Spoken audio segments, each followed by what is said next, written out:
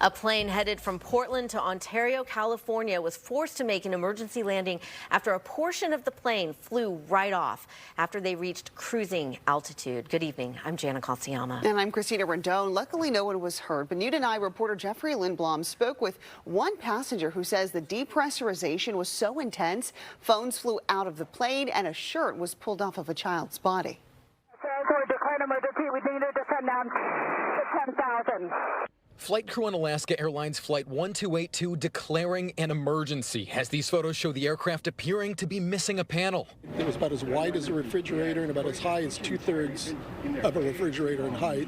Evan Smith says he was among the 174 passengers aboard the flight heading to Ontario and says they'd just reached cruising altitude at around 10,000 feet as disaster struck. There was a really loud bang towards the left rear of the plane and a whooshy noise, and all the air masks dropped. Okay, we need to turn back to Portland if we can get one. Flight crew made the call to return to Portland, while Smith says he looked back about 6 rows and saw what he believes is a missing side panel in the aircraft. Yes, we needed it.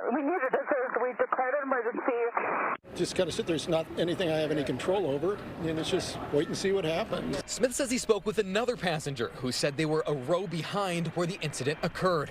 And they said there was a kid in that row who his shirt was sucked off him and out of the plane, and his mother was holding on to him to make sure he didn't go with it. He believes some cell phones and other items may have blown out too, and he says it's fortunate they weren't higher in the sky. He also credits the cabin crew for doing what he calls a good job, as he says he watched crew members help some women who were fearful move to a different spot on the plane. Portland Tower 1282, we're on the ILS-3, last emergency aircraft. It says something that those planes can take that kind of a hit and still go ahead and land safely. Alaska Airlines issued a statement in response to the incident, saying in part, the aircraft landed safely back at Portland International Airport with 171 guests and 6 crew members. The safety of our guests and employees is always a primary priority. So while this type of occurrence is rare, our flight crew was trained and prepared to safely manage the situation. And the National Transportation Safety Board released a statement saying, quote, NTSB is investigating an event involving Alaska Airlines Flight 1282.